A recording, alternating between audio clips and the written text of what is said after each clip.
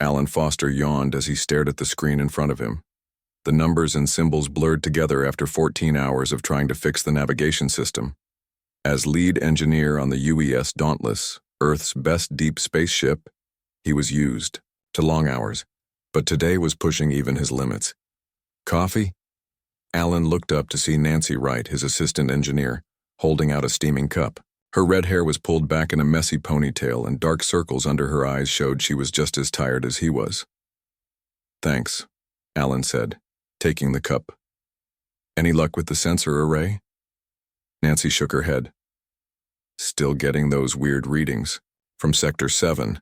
It's like something's out there jamming our signals, but I can't figure out what." Alan took a sip of coffee and turned back to his screen. The Dauntless was 3 years into its 5-year mission to explore the Tau Ceti system, looking for planets that humans might someday call home. So far, they had found 2 promising worlds, but this strange glitch in the navigation system was keeping them from moving on to the next part of the system. The ship's intercom crackled to life. "Lieutenant Commander Foster to the bridge, please." "Lieutenant Commander Foster to the bridge." Alan sighed and stood up. "Keep working on it," he told Nancy. "I'll be back." The hallways of the Dauntless were quiet at this hour. Most of the 220 crew members were either sleeping or at their stations. Alan nodded to a few people as he made his way to the elevator. That would take him to the bridge. When the doors opened on the bridge, Alan was surprised to see everyone standing at their stations, staring at the main view screen.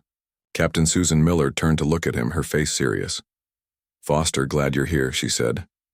"We've found something. Or rather, something found us." Alan moved forward to see what everyone was looking at. On the main screen was an image that made him catch his breath. A ship, massive and unlike anything he had ever seen, was floating in space not far from the Dauntless. It was at least 3 times the size of their ship, with smooth curves and a surface that seemed to glow with a soft blue light. "Is it alien?" Alan asked, though the answer was obvious. Humans had never built anything like this. Captain Miller nodded. "First contact, it seems. They're not responding to any of our signals, and they appear to be drifting. Dr. Patel thinks they might be in trouble." Dr. Lily Patel, the ship's chief scientist, stepped forward. "Look at these readings," she said, pointing to a smaller screen. "Their power systems are fluctuating wildly. If I'm reading this right, they could be heading for some kind of system failure." Captain Miller turned to Alan. "I need your expertise, Foster. I'm sending over a team to see if we can offer assistance, and I want you to lead it." Alan blinked in surprise. "Me? Shouldn't the first contact team be led by someone from diplomatic services?" "Linda Jones will be going with you for the diplomatic angle," Captain Miller said, nodding toward the ship's communication officer. "But if they're having technical problems, we need our best engineer on site. That's you." 20 minutes later, Alan found himself in a shuttle with Linda Jones and 4 security officers, heading toward the alien ship. His heart was pounding, so hard he was sure everyone could hear it. First contact. After centuries of wondering if humans were alone in the universe, they were about to find out. "Remember," Linda said as they approached the alien vessel. "Let me do the talking. We follow. First contact protocols to the letter." The shuttle docked with the alien ship with surprising ease, as if their systems were made to work together. When the airlock opened, Alan felt a moment of fear. What if the aliens couldn't breathe the same air? What if they looked so strange that the human brain couldn't even process their appearance? But the readings on his suit told him the air was breathable, if a bit different from Earth's. And when they stepped through into the alien ship, what they saw made Alan gasp. The aliens were tall, most of them standing at least 7 feet, with smooth, shiny skin that seemed to change color slightly as they moved. They had 2 arms, 2 legs, and faces that were almost human-like, except for their large, almond-shaped eyes that were solid colors. Some blue, some green, some a deep purple, and they were clearly panicking. The room they had entered was filled with aliens running back and forth, talking in high musical voices that sounded like nothing Alan had ever heard. Screens on the walls showed flashing symbols, and a low, pulsing alarm could be heard throughout the ship. One of the aliens noticed them and stopped short. It said something in its musical language, and suddenly all activity in the room ceased as every alien turned to stare at the humans. Linda stepped forward, hands raised in what she hoped was a universal gesture of peace. "We come from Earth," she said clearly. "We are here to help if we can." The alien who had first spotted them stepped closer. It was tall, with skin that shimmered between blue and green, and eyes of deep gold. It wore what looked like a uniform of some kind with symbols that might have been rank insignia. It spoke, and a small device on its wrist lit up. After a moment, a mechanical voice came from the device. "Help. Yes. We need help. Ship dying. Systems failing." Linda looked at Alan with wide eyes. The aliens had some kind of translation technology, and it was working, at least a little. "We will try to help," Linda said slowly. "Can you show us what's wrong?" The alien nodded, a surprisingly human gesture, and motioned for them to follow. As they moved deeper into the ship, Alan could see more signs of trouble. Lights were flickering, and some parts of the ship seemed to be without power entirely. More aliens rushed past them, some carrying tools or equipment. They were led to what seemed to be the ship's control center. Here, the panic was even more evident. Aliens worked frantically at control panels while others huddled around screens showing diagrams of the ship's systems. The alien who had brought them turned to speak to them again. "I am Captain Valnor of the Nelvari exploration vessel Harmony. Our ship is failing, life support critical, help us please." Alan looked around the room, taking in the alien technology. It was advanced, far beyond anything humans had developed, but as he watched the patterns on the screens, something familiar began to form in his mind. The architecture of the systems, the way the data flowed, it reminded him of something. Without waiting for Linda to speak, Alan stepped forward. "Excuse me," he said, moving past several Nelvari engineers to reach what looked like a main control terminal. "I think I might know what's wrong." The Nelvari engineers stepped back as Alan approached the control panel. Their expressions were hard to read, but their body language showed surprise and confusion. Linda Jones hurried to Alan's side. "What are you doing?" she whispered. "You can't just touch their technology. We need to follow first contact protocols." "Their ship is about to have a complete system failure," Alan said quietly. "Look at those readings. If I'm right, they have minutes, not hours." Linda looked torn. The rules were clear, but the situation was desperate. Finally, she nodded. "Do what you need to do, but be careful." Alan turned to Captain Valnor. "May I examine your systems? I think I might understand the problem." The alien captain's skin rippled with colors. Blue, then purple, then settling into a deep green. "You understand our technology? Humans are much more advanced than our scans suggested." "I don't understand it all," Alan admitted. "But some things are similar across the universe, I guess." Valnor made a gesture to the other aliens, and they moved aside to give Alan access to the control panel. The interface was nothing like human technology. No keyboards or buttons, just a smooth surface that lit up with symbols when the Nelvari touched it. "Can you show me your main system diagnostics?" Alan asked. A tall Nelvari with deep blue skin stepped forward. "I am Chief Engineer Drekmar," the translator device said. "You cannot understand our systems. They are far beyond human technology." Alan bit back a smile. Engineers were the same everywhere, it seemed, proud of their work and protective of their systems. "I respect that," he said. "But sometimes a fresh perspective helps." Drekmar hesitated, then placed his hand on the control panel. The screen changed, showing a complex diagram that Alan guessed represented the ship's systems. He couldn't read the symbols, but he could follow the flow of energy and data through the ship. And there it was, exactly what he had suspected. A pattern he had seen many times before, though never on such an advanced system. "Your quantum processing core is caught in a feedback loop," Alan said, pointing to a pulsing section of the diagram. "It's like when a computer freezes and needs a restart." Drekmar's skin darkened. "Impossible. We have run every diagnostic protocol. The problem must be in the gravitational compensation matrix, or perhaps a dimensional rift in the subspace field." Alan shook his head. "Look at this pattern here," he said, pointing to a repeating sequence on one of the screens. On Earth, we call this a cascade failure. Your system is trying to solve an impossible equation and it's getting stuck in a loop. The Nelvari engineers exchanged looks. Their skin colors shifted rapidly, which Alan guessed was their way of communicating emotions. What do you suggest, human? Captain Valnor asked. Alan took a deep breath. What he was about to suggest seemed so simple that it was almost embarrassing, but sometimes the simplest solutions were the best ones. Did you try rebooting it first? My translator device was silent for a moment, as if struggling with the concept. Then it spoke. Rebooting? This word is not known. Turning it off and then on again, Alan explained. A complete system shutdown and restart. The reaction from the Nelvari was immediate. Several of them made high-pitched sounds that the translator didn't catch. Others moved back from Alan as if he had suggested something dangerous. Shutdown? Drekmar said, his skin now a pale yellow. The main systems have not been shut down since the ship was built 200 years ago. A shutdown could damage the quantum entanglement networks.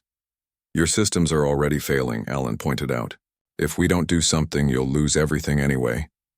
Captain Valnor moved closer, studying Alan with those golden eyes. You believe this rebooting will save the ship? Alan nodded. I do. But we need to do it right. We should power down non-essential systems first, then the main systems in the correct sequence before restarting everything. Captain Valnor was quiet for a long moment. Around them, the ship's alarm continued to pulse and more warning symbols appeared on the screens. Very well, the captain finally said. Drekmar, work with this human. If he can save the Harmony, we will be in debt to Earth. For the next 30 minutes, Alan worked side by side with Drekmar, planning the shutdown sequence. It wasn't easy. The Nelvari systems were complex, and shutting them down in the wrong order could cause even more damage. But Alan had spent his career dealing with system failures and emergency shutdowns. This might be alien technology, but the principles were the same. We're ready, Alan finally said, looking at Drekmar. Are you sure you want to do this? The alien engineer's skin had settled into a steady blue color. No, he said honestly, but we have no choice. The reactor will reach critical failure in less than 20 minutes. Captain Valnor gave the order, and Drekmar began the shutdown sequence. One by one, the ship's systems went dark. The lights dimmed, then went out completely, leaving only the glow of emergency lighting. The constant hum of machinery that Alan hadn't even noticed until it was gone fell silent. In the control room, the Nelvari stood motionless, watching as their ship shut down around them. Some of them were now a pale white color that Alan guessed meant fear. Now? Drekmar asked when the last system had gone offline. Alan nodded. Now we restart. Remember the sequence we discussed. Slowly, carefully, they began to bring the systems back online. First, the core power, then the main computer, then the subsystems one by one. Each time a system came back online, Alan held his breath, waiting to see if the feedback loop would start again. But it didn't. The systems came back clean, running as they should. As the main lights came back on, Alan could see the Nelvari beginning to relax, their skin colors becoming brighter. The quantum processing core is functioning at optimal levels, Drekmar announced, looking at the diagnostic screen. All systems are stable. He turned to Alan, his skin now a bright, vibrant blue. It worked. Your rebooting worked. Around the control room, the Nelvari began making sounds that Alan's translator identified as cheering. Captain Valnor approached, placing a long-fingered hand on Alan's shoulder. Earth engineer, you have saved my ship and the lives of 3,000 Nelvari. We are deeply in your debt. Alan felt his face grow warm. It was a simple solution, he said. Sometimes the simple fixes are the ones we overlook. Perhaps, Captain Valnor said, but it is a solution we would never have considered. Our systems are designed to run continuously. The concept of intentionally shutting them down was foreign to us. The captain's translator device made a sound like a chime. I have just received word from our high command. They wish to speak with your captain immediately. I believe they will be very interested in learning more about humans and your unique way of thinking. As they walked back toward the airlock where their shuttle waited, Linda leaned close to Alan. "Do you realize what you've done?" she whispered. "You've just made humanity valuable to a species that's clearly far more advanced than we are." Alan looked around at the alien ship, with its technology centuries beyond what humans had achieved. All he had done was suggest turning it off and on again, the most basic troubleshooting step in the book. "I just did my job," he said. Linda smiled. Sometimes that's all it takes to change history. When Alan and Linda returned to the Dauntless with news of their successful first contact, the whole ship was buzzing with excitement. Captain Miller called an immediate meeting in the main conference room, where Alan explained what had happened on the Nelvari ship. "So you fixed their advanced alien technology by telling them to turn it off and on again?" Captain Miller asked, her eyebrows raised. Alan nodded. Their systems had been running non-stop for 200 years. They never even considered rebooting as an option. Dr. Lily Patel, who had been quietly listening, leaned forward. "That's fascinating. Their technology evolved along a different path than ours. They built systems meant to run forever without interruption, while we designed ours with the expectation of occasional failure. And now they want to talk to us?" Captain Miller asked, turning to Linda. Linda nodded, her eyes bright with excitement. "The Nelvari High Command has requested a formal meeting. They seem very interested in what else we might be able to teach them." Captain Miller shook her head in wonder. "After all our fears about meeting a more advanced species, who would have thought our greatest asset would be our experience with system crashes?" 2 days later, Alan found himself in a large meeting room aboard the Nelvari flagship, a massive vessel that had arrived in response to the distress call from the Harmony. The room was filled with high-ranking Nelvari officials, their skin shimmering, in colors that seemed to indicate importance: deep purples, bright golds, and rich blues. Captain Miller led the human delegation with Alan, Linda, and Dr. Patel at her side. The meeting had been going on for hours as the two species exchanged information about their worlds, their histories, and their technologies. "We have traveled the stars for over 1,000 years, said Prime Minister Kelvor of the Nelvari Union. "We have met 17 other intelligent species, all at various stages of development, but none have shown the unique perspective that you humans possess. We're a young species," Captain Miller admitted. "We've only been traveling beyond our own solar system for about 50 years. We have much to learn." "Perhaps," said Kelvor, "but you also have much to teach." The Prime Minister turned to Drekmar, who had been promoted to Chief Science Advisor after the success of Alan's solution. "Explain to our human friends what we have discovered since the incident on the Harmony." Drekmar's skin pulsed with excitement. "After Lieutenant Commander Foster saved our ship, we began examining our systems with new eyes. We discovered that this problem was not unique to the Harmony. Our entire fleet has been running programs with potential feedback loops that could eventually lead to similar failures." He gestured, and a holographic display appeared in the center of the room, showing hundreds of ships scattered across the galaxy. "We have started implementing preventative reboot protocols on all vessels. Already we have seen a 20% increase in system efficiency." Alan felt a surge of pride, though he tried not to show it. All he had done was apply the most basic troubleshooting step in the book, and now it was being spread throughout an interstellar civilization. "There is more," Drekmar continued. "Your human concept of turning it off and on again has sparked interest in other areas of problem solving.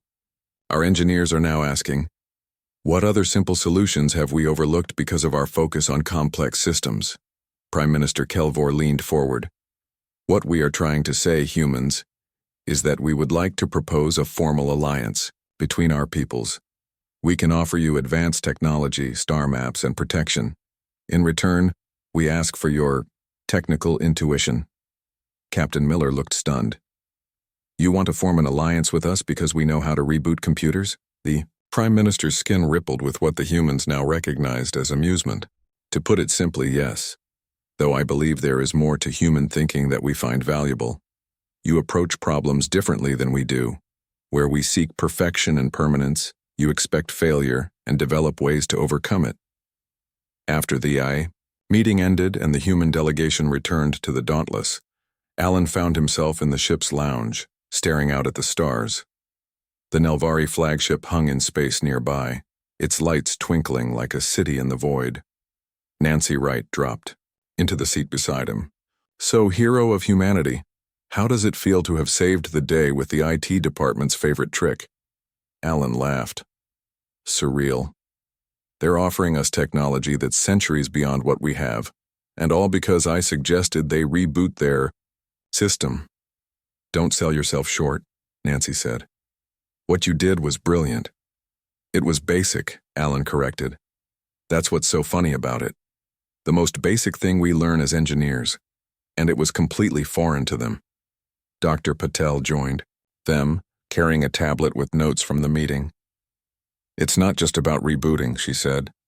It's about the human approach to technology and problem solving. She sat down across from them. The Nelvari built their systems to be perfect, to run forever without interruption. When something went wrong, they looked for complex explanations, because their entire philosophy is based on perfection and permanence. While we humans expect things to break, Alan said, understanding. Exactly, Dr. Patel nodded. We design things with the expectation of failure. We build in redundancies, safety measures, and simple fixes. The Nelvari never developed that mindset because their technology rarely failed, until it did, and they had no idea how to fix it. Nancy raised her coffee cup in a toast. To human imperfection, then. Alan clinked his cup against hers.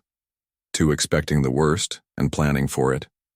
Over the next several days, the Dauntless was flooded with Nelvari visitors.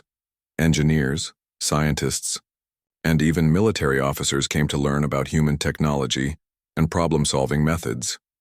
Alan found himself surrounded by curious aliens, all eager to learn about concepts that he had taken for granted his entire career. What is this percussive maintenance your engineers speak of?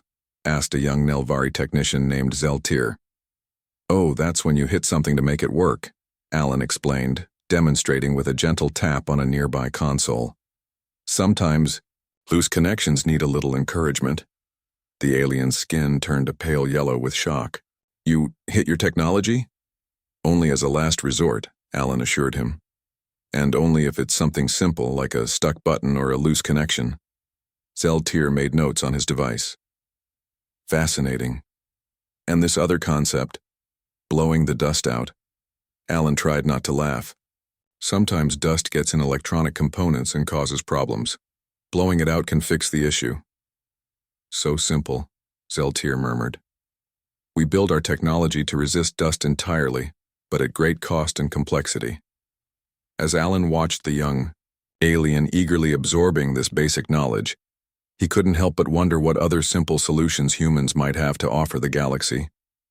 Perhaps their greatest strength wasn't advanced technology, but the creativity that came from dealing with imperfect systems all their lives.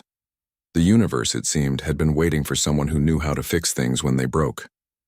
6 months after first contact, the alliance between humans and the Nelvari was stronger than ever.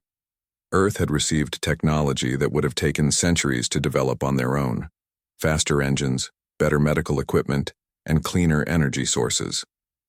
In return, human technical advisors were stationed throughout the Nelvari fleet, bringing their unique problem-solving skills to the advanced alien civilization.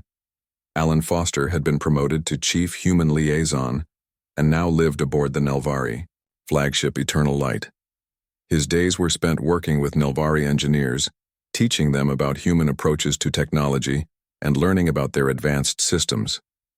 The cooling system in Section 12 is showing unusual patterns, Drekmar said as he and Alan walked through the massive ship. Our engineers have run 47 diagnostic programs and found nothing wrong. Alan nodded. Let's take a look. Sometimes you need to see a problem with your own eyes instead of just reading the data. This was a concept the Nelvari were still struggling to understand. They relied heavily on their sensors and computers, often forgetting that direct observation could reveal things that instruments missed. When they reached Section 12, Alan immediately felt the difference. It's warmer here than it should be, he said, placing his hand against a wall panel. And do you hear that? Drekmar tilted his head. I hear nothing unusual. Exactly, Alan said.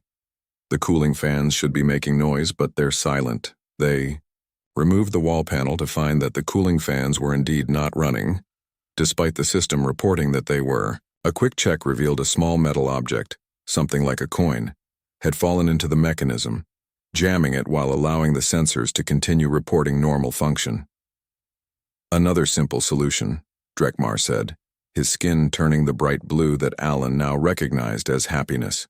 You humans have a gift for finding these. Alan shrugged. We're just used to things breaking in unexpected ways. As they walked back to the command center, an alarm began to sound throughout the ship.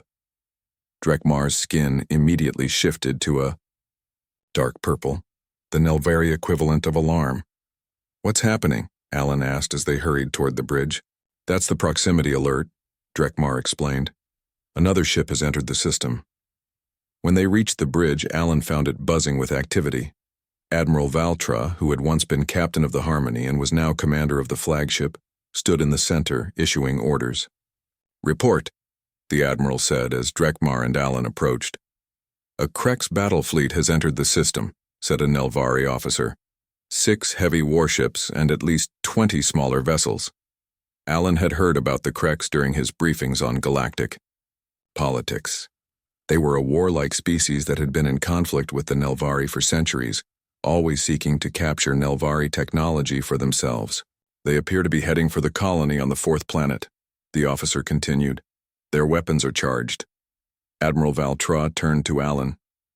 It seems you will witness Nelvari defense systems in action today, Human Foster. We have dealt with Krex incursions many times before. The main screen showed the approaching Krex fleet, angular ships with spiky protrusions that made them look like floating fortresses. They moved in a tight formation toward the small Nelvari colony world, visible in the distance. Deploy the defense grid, ordered Admiral Valtra. Alan watched as the Nelvari defenses activated. A network of satellites around the colony world lit up, creating a shimmering energy barrier. At the same time, the Eternal Light and its escort ships moved into position, their weapon systems coming online. But something wasn't right. Alan studied the Krex formation, noticing how precisely they were arranged. It was almost as if... Admiral, Alan said suddenly, I think they know your defense patterns. Admiral Valtra turned to him with surprise. Explain. Alan pointed to the screen. Look at their formation. They're positioned exactly where your defense grid is weakest, and they're moving in a pattern that seems designed to counter your standard attack protocols. The Admiral's skin darkened. Impossible. Our defense algorithms are changed regularly. But they always follow the same logic, don't they? Alan asked. The same perfect, efficient patterns. If the Krex have been studying you long enough, they might have identified the underlying pattern. As if to prove his point, the lead Krex vessel fired a beam of energy that passed through a spot in the defense grid that should have been protected. The beam struck one of the defense satellites, destroying it instantly. How did they know? A Nelvari officer gasped. Your defenses are too predictable, Alan explained quickly. The Krex have identified the pattern and found a weakness. Admiral Valtra's skin shifted through several colors as he processed this information. What do you suggest? Alan took a deep breath. This wasn't just fixing a computer or unjamming a cooling fan. This was warfare and lives were at stake. But the principle was the same. Sometimes the simplest solution was the one that worked. Let's introduce some chaos into the system, he said. Your defense grid is too orderly, too perfect.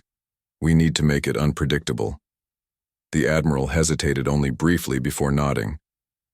Drekmar, give Human Foster access to the defense protocols.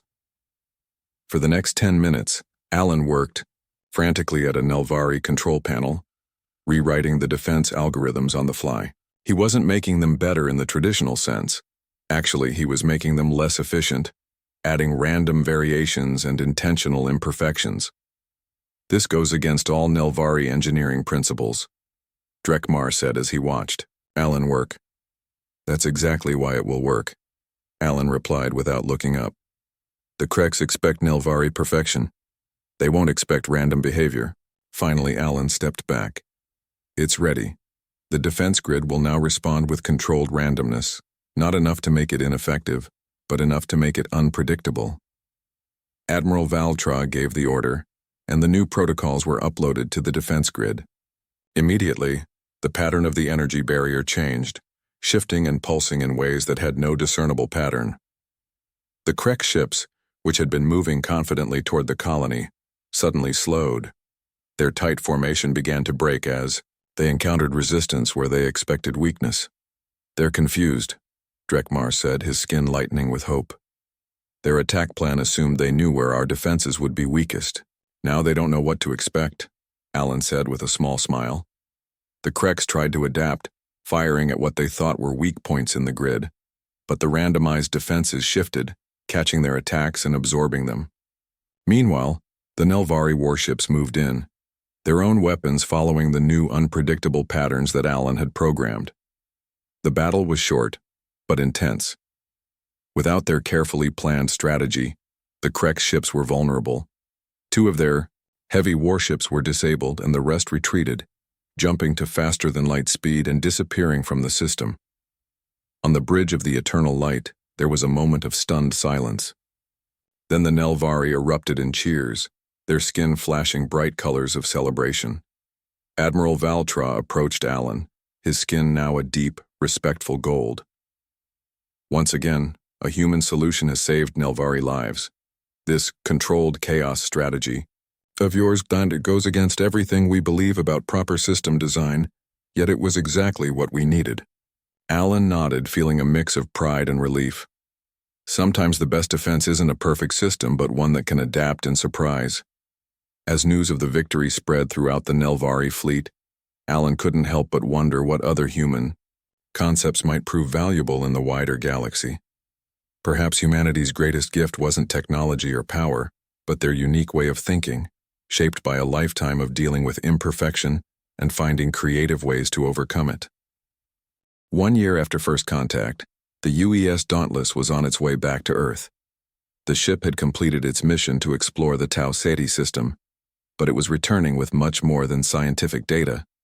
It was bringing news of the Nelvari Alliance and samples of their advanced technology that would change human society forever. Alan Foster stood in the observation lounge, watching the stars streak by. He was going home a different man than when he had left. The past year had transformed him from an ordinary engineer into one of humanity's most important ambassadors. Thinking about home? Nancy Wright asked as she joined him at the window. Alan smiled. Trying to imagine how I'll explain all this to my parents. Hi, Mom and Dad. I fixed an alien spaceship by turning it off and on again, and now Earth has an alliance with an advanced civilization. Nancy laughed. When you put it that way, it does sound ridiculous. Captain Miller entered the lounge carrying a data tablet. We just received a message from Earth.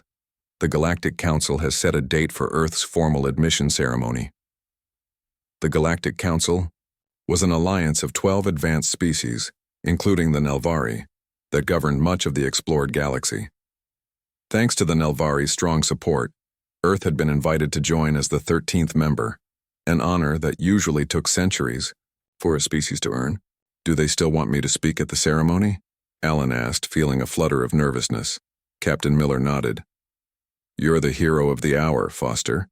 The engineer who saved a Nelvari ship and helped defeat a Krek's battle fleet with simple, human solutions. Alan shook his head. I'm just one person who happened to be in the right place at the right time. Sometimes that's all it takes, Captain Miller said. One person with the right idea at the right moment. 3 weeks later, the Dauntless arrived at Earth. The ship was met by a fleet of smaller vessels that escorted it to the new space station that had been built with Nelvari help. The station was massive, a shining symbol of the new era that humanity was entering. As Alan prepared for the Galactic Council ceremony, he received a surprise visitor. Drekmar, now a senior diplomat in NER, the Nelvari government, had traveled to Earth for the event.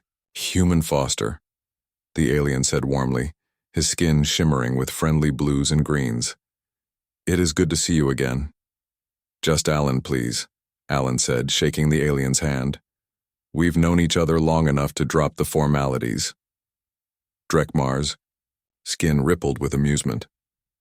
Very well, Alan. I wanted to speak with you before the ceremony. There is something you should know. They walked together through the space station, drawing curious looks from humans who were still getting used to seeing aliens among them. The Kreks have been quiet since their defeat, Drekmar said. But our intelligence suggests they are rebuilding their fleet. They will not give up so easily. Alan nodded. I expected as much. Are the random defense protocols still working?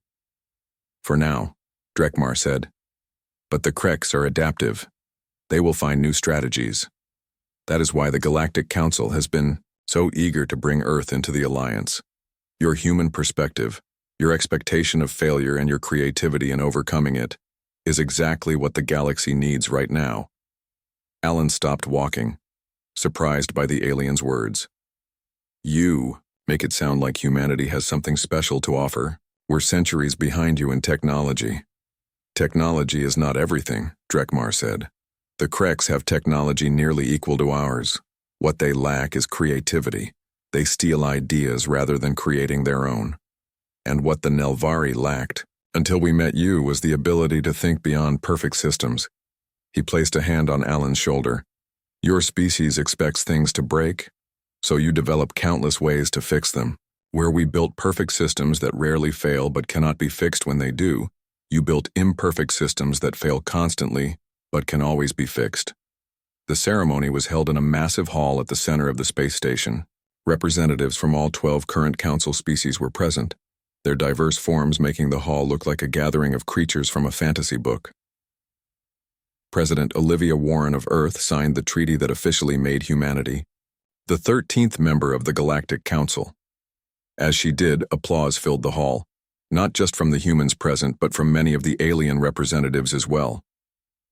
When it was Alan's turn to speak, he felt a moment of panic as he looked out at the crowd. There were thousands of faces looking back at him, human and alien alike. But among them he saw Captain Miller, Nancy Wright, and Drekmar, all watching him with pride. 1 year ago, Alan began, I was just an engineer trying to fix a navigation system. I never expected to find myself here speaking for humanity before the galaxy's greatest civilizations. Some might say it was luck that put me in position to help the Nelvari when their ship was failing. But I believe it was something more important, a human perspective that turned out to be valuable. He paused, looking around at the alien delegates. We, humans, are newcomers to the stars. Our technology is primitive compared to yours. But what we lack in advancement, we make up for in adaptability. We expect things to break. We anticipate problems. And because of that, we've developed skills that even the most advanced civilizations can find useful. Alan smiled as he remembered the moment that had started it all. A year ago, I asked a simple question that saved a Nelvari ship. Did you try rebooting it first? It's the most basic troubleshooting step on Earth, but it was a revelation to the Nelvari. That moment taught me something important, that different perspectives, even from less advanced cultures, can be valuable. He looked around the hall again, meeting the eyes, or eye-like organs, of the various alien representatives. As humanity joins the Galactic Council, we don't come as conquerors or as saviors. We come as partners, offering our unique perspective. We may be the youngest species here, but sometimes the fresh eyes of youth see solutions that experience overlooks. After the ceremony, there was a reception where humans and aliens mingled. Alan found himself standing with Drekmar, watching the diverse groups interact. Your speech was well received, Drekmar said. Even the Zinthari delegates were impressed, and they are not easily moved. Alan nodded toward a group of humans eagerly talking with a delegation of multi-limbed aliens. We have so much to learn from each other. Indeed, Drekmar agreed. The universe is vast and full of challenges no single species can overcome alone. That is why alliances like this are important. He turned to face Alan directly, his skin shifting to a solemn gold color. Your simple question, Did you try rebooting it first? It has changed the course of galactic history. It opened our eyes to a new way of thinking. Alan smiled. Sometimes the simplest questions lead to the most profound answers. As they looked out at the gathering of humans and aliens working together toward a shared future, Alan couldn't help but feel a sense of wonder. Humanity had found its place among the stars not through conquest or technological supremacy, but through the humble wisdom that comes from living with imperfection and finding creative ways to overcome it.